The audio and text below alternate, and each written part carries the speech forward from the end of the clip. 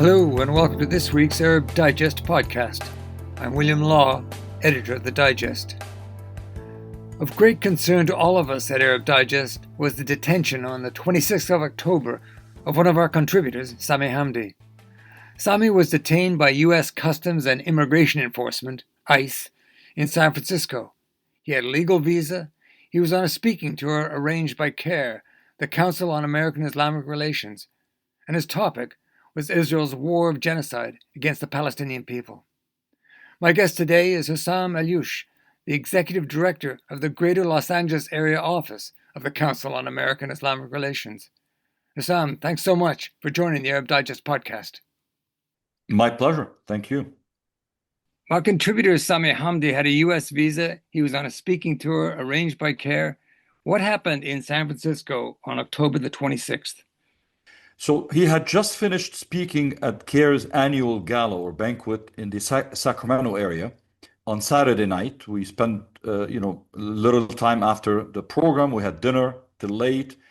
I offered him to give him a ride to the airport next day because I was also traveling through Sacramento airport. He said no, he's traveling through San Francisco airport early in the morning. And then on Sunday morning, that morning, he messaged me a little bit before 7 a.m.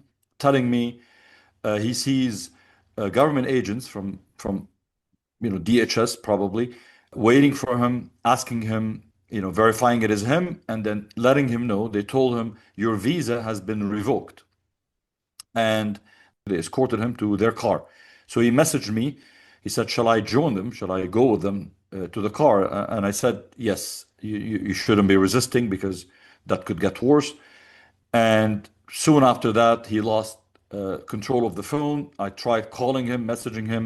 No one would answer.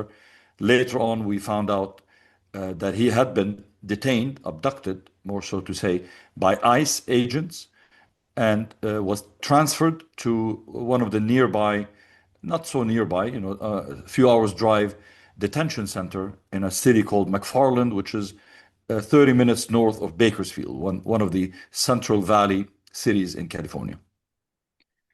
So he's been taken by ICE. When are you able to engage with him again and find out, what the heck is going on?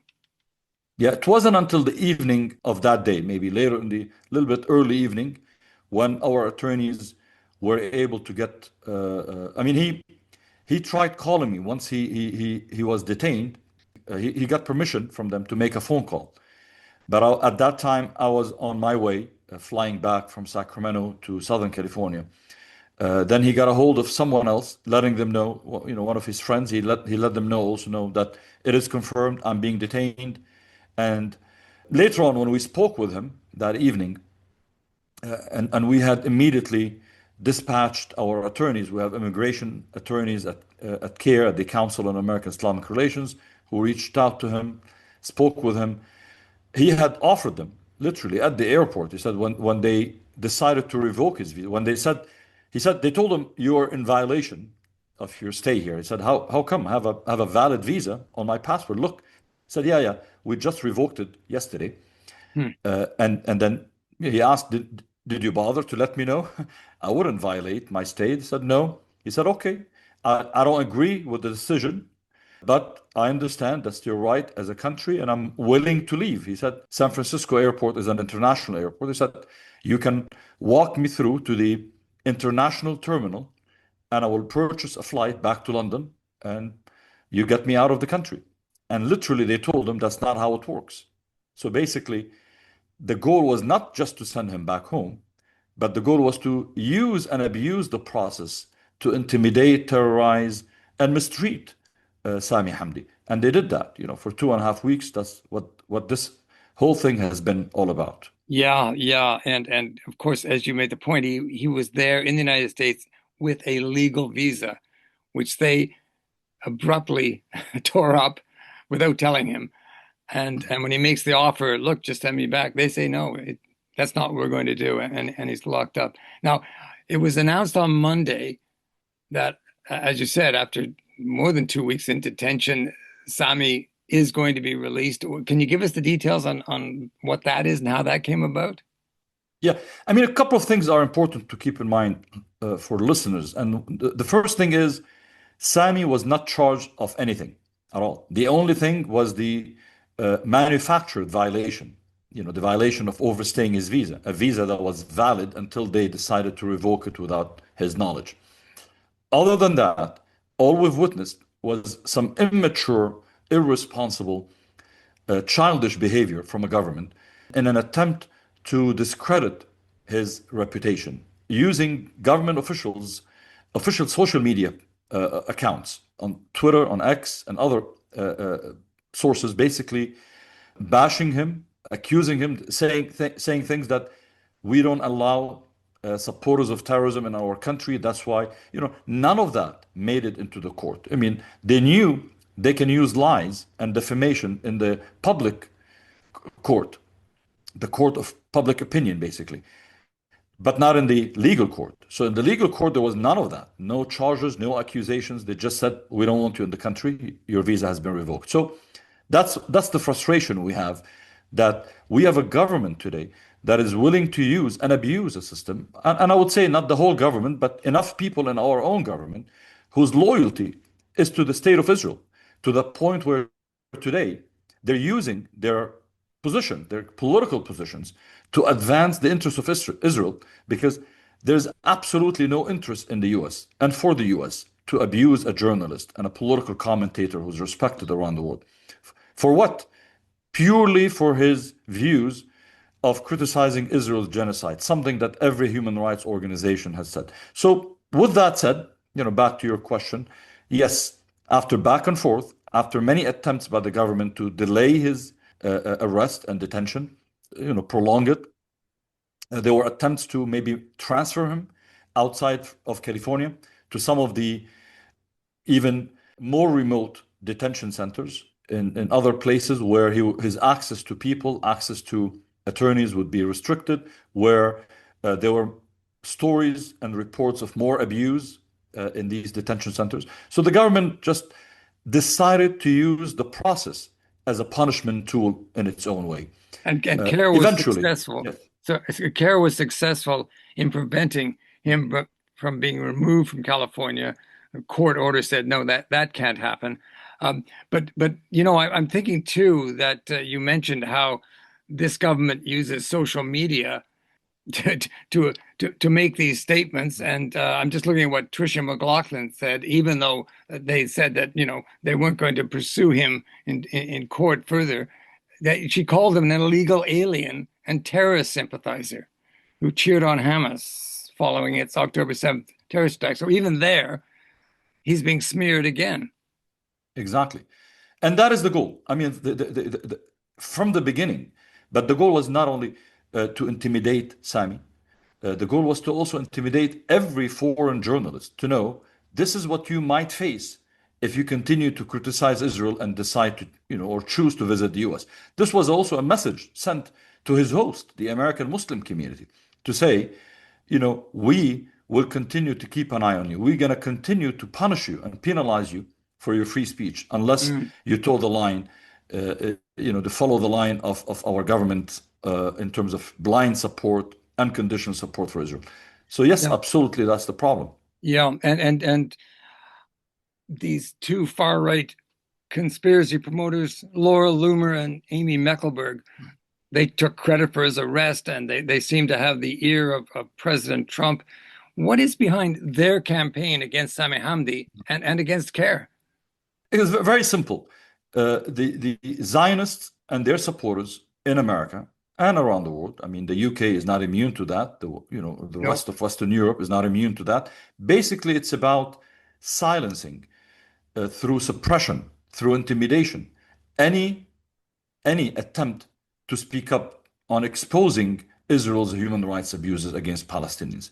Because for decades, they've managed to dehumanize Palestinians and create, through fear tactics, fear of legal action, fear of political price, fear of social implications for those who dare to speak up. And what they're witnessing today is a change, a tide that is changing around the world, where politicians get elected if and when they are willing to speak for the humanity of Palestinians, such as Mamdani in New York City and other places.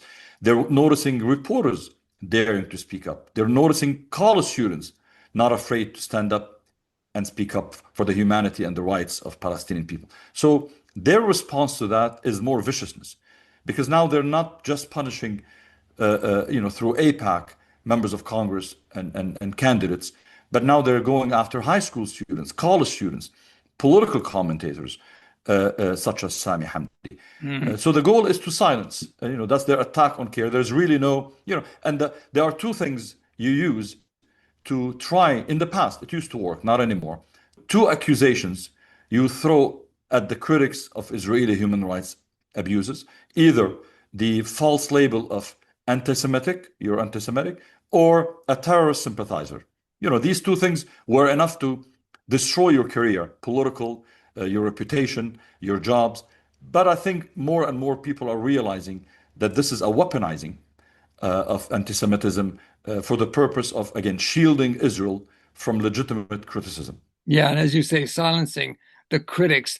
I'm wondering, Hussam, what this says. Sami has been a powerful voice in support of Palestine and the Palestinian people. You're sensing that the public mood is shifting, and certainly in the United States, that's the impression I get, and here as well, in support of the Palestinian cause. But what does it say about Israel and the governments of those countries in the West that continue to back that genocidal war in Gaza and the ethnic cleansing that's going on in the occupied West Bank? What does it say about those governments and Israel itself?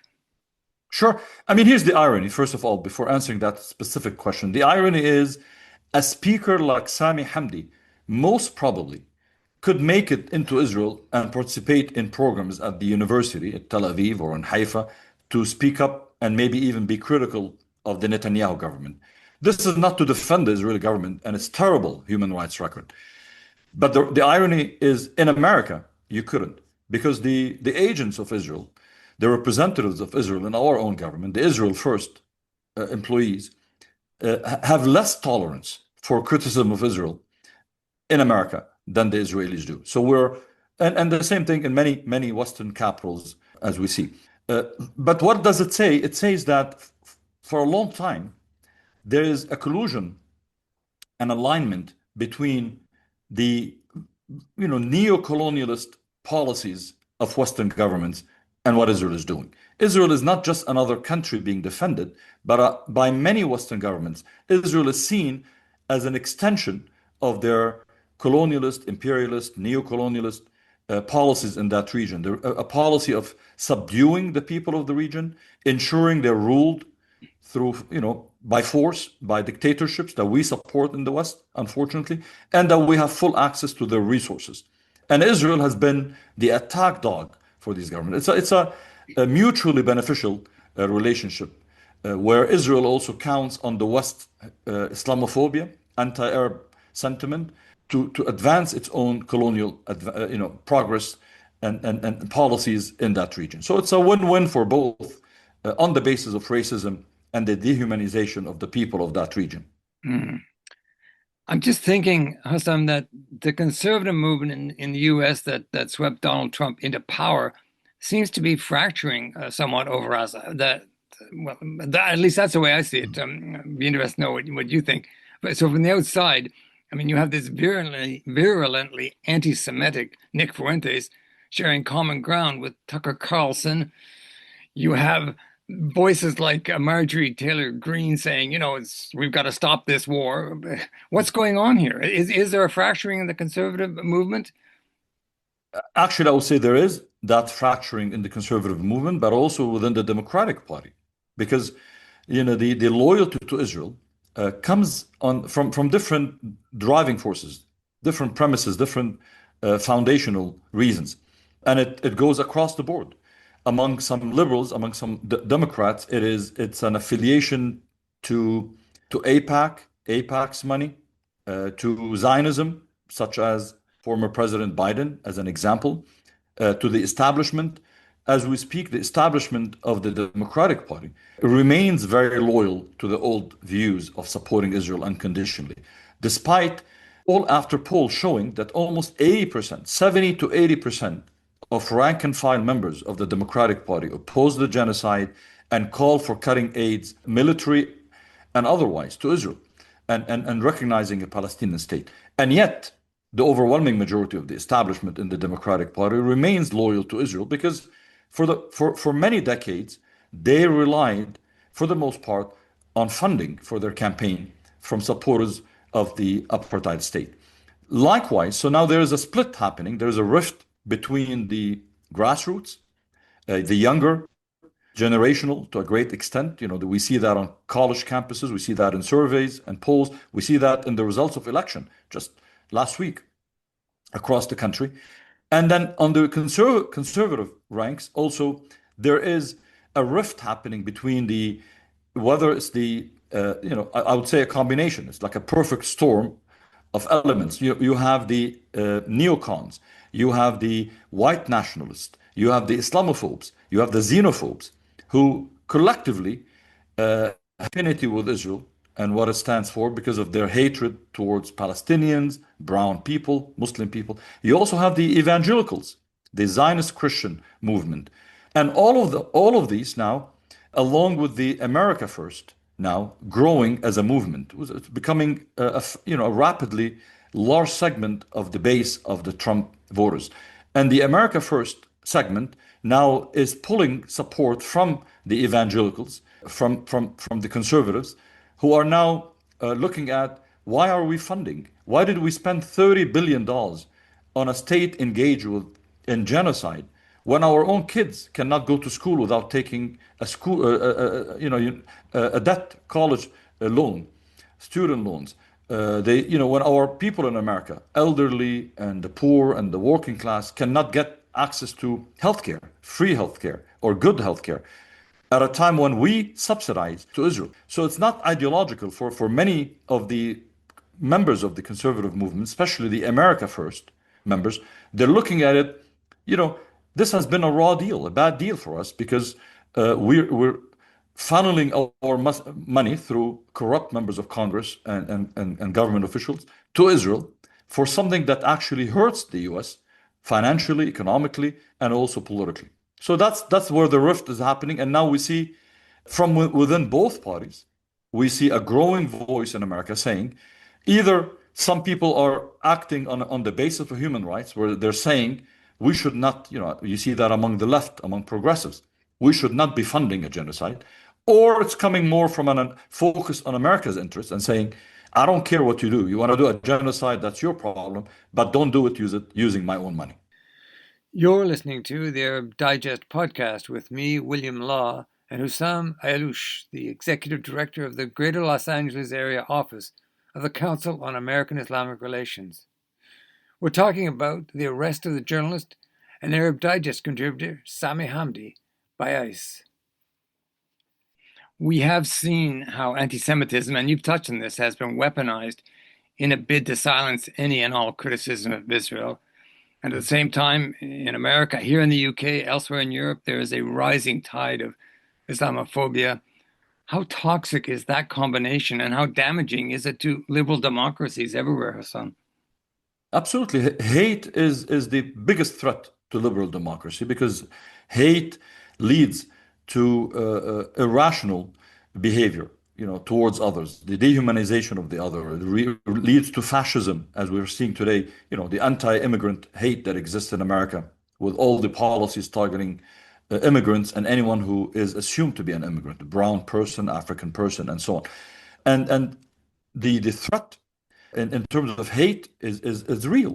There is anti-Semitism in this country. There has always been among various groups. The right-wingers, the white nationalists.